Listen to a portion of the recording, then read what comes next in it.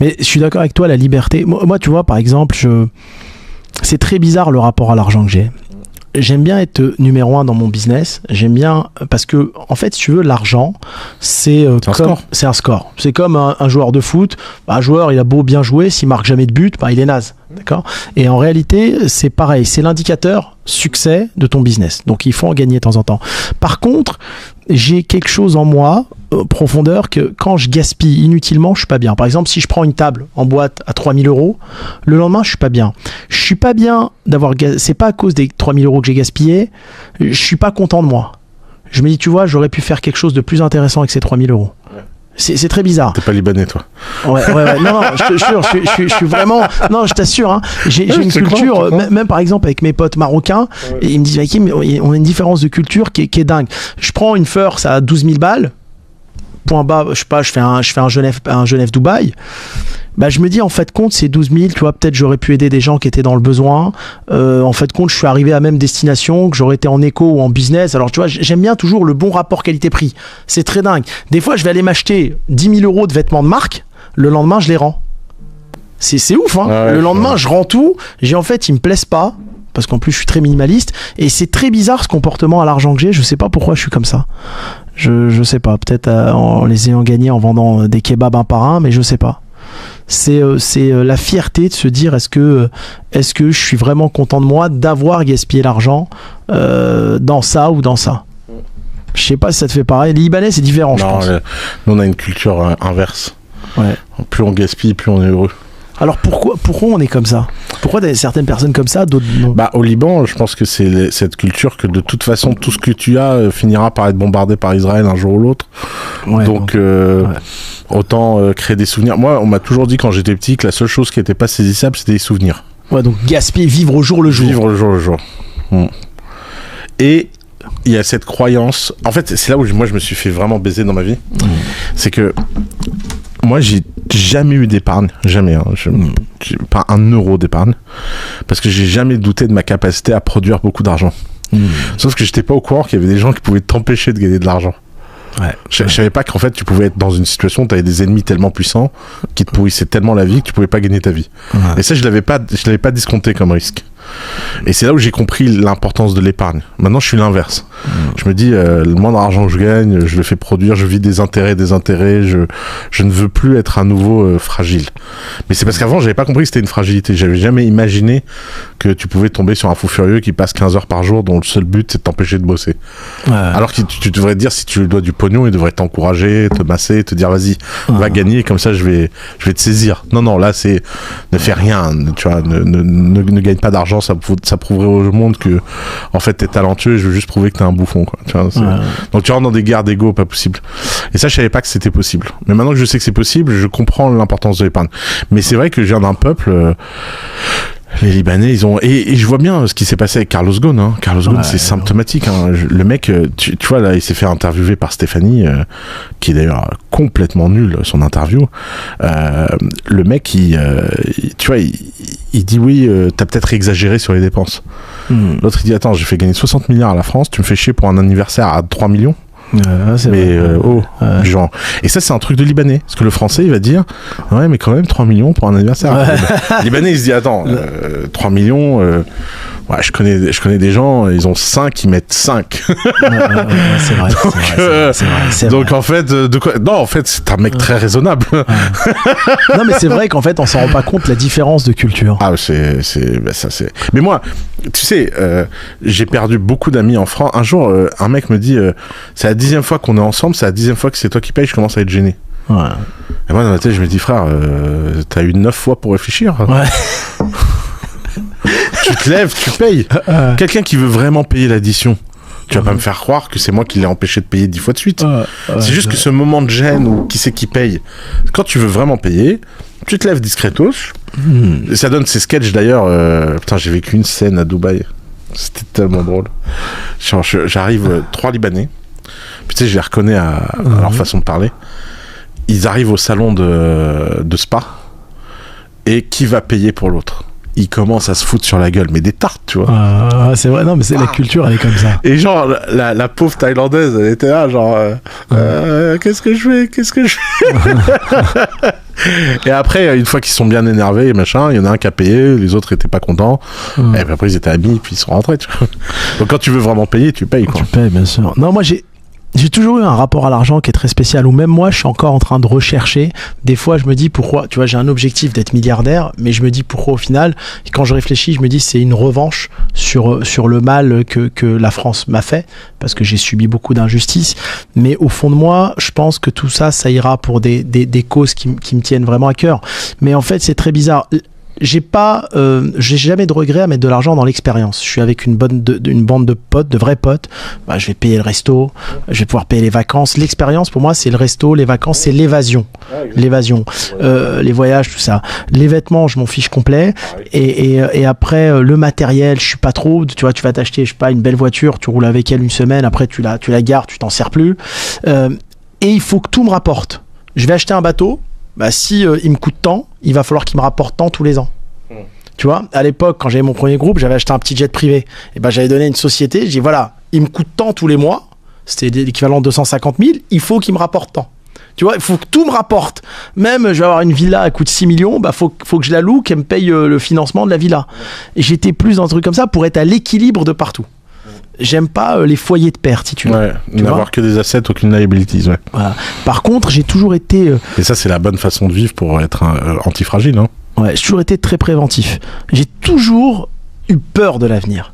Et je voyais, je t'assure, des collaborateurs à moi, tu vas rire, hein, alors moi, c'est avant de vendre le groupe. Je fais quand même 12 millions d'EBITDA. 12 millions de résultats en France, c'est de l'argent. Je fais 12 millions, je valorise mon groupe et tout. On va à Dubaï, je suis en classe éco, mes salariés sont en business et en first. Mes salariés, je te jure, c'est vrai. Moi, j'ai eu le cas récemment où une conférence, il y a deux mecs qui viennent, il y a un mec qui est milliardaire, un mec qui est nobody. Le mec nobody, il vient en first et le mec milliardaire, il vient en éco. Mais c'est ouf. Ouais. Et en fait, c'est question de comment dire, de priorité. Il y a des personnes pour qui c'est pas une priorité. Et quand on arrivait à Dubaï, je disais les gars, je connais votre salaire, c'est moi qui valide vos fiches de paye. Vous venez de perdre une paye. T'as payé ton billet 4000 balles. Moi, je m'en fous. Moi, de toute façon, dans l'avion, j'étais focus. Je suis devant l'ordi, j'allume l'ordi, j'ai même pas le temps de mater un film, je suis en train de préparer mes mails pour les envoyer ensuite. Donc, j'arrive. Tu vois ? Et c'était toute une période où je prenais la business que les vols de nuit. Et quand j'arrive, voilà, pour être bien, t'arrives frais. Mais sinon, je m'en tapais complet. C'est pas un truc qui fait que c'est pas un plaisir. Tu vois ? Donc, ma femme va me dire, Hakim, mais je comprends pas. Je dis, pour moi, c'est pas un plaisir. Les vêtements de luxe, c'est pas un plaisir. J'estime que c'est toi qui habilles le vêtement. C'est pas au vêtement t'habiller. Tu vois ? C'est pas un plaisir. Les bons restos. La dernière fois, je vais pas dire le nom, mais on m'emmène à Antibes dans un resto. Donc un type qui veut m'inviter, l'addition 1800 €, on était 5. Ok, bon, la vue, elle était magnifique, mais c'était dégueulasse. C'était dégueulasse, c'était immangeable. D'accord ? Je dis écoute, moi je connais un resto au Gros du Roi. T'y vas, le plat il est à 20 €, le poisson il a été pêché le matin par le propriétaire qui a son petit chalutier devant, et c'est délicieux. En fait, il faut toujours, je pense, avoir cette notion de bon rapport qualité-prix. Exactement. Mais ça, tu prends un truc que je vois moi dans ce que j'appelle le luxe et le faux luxe. Ouais.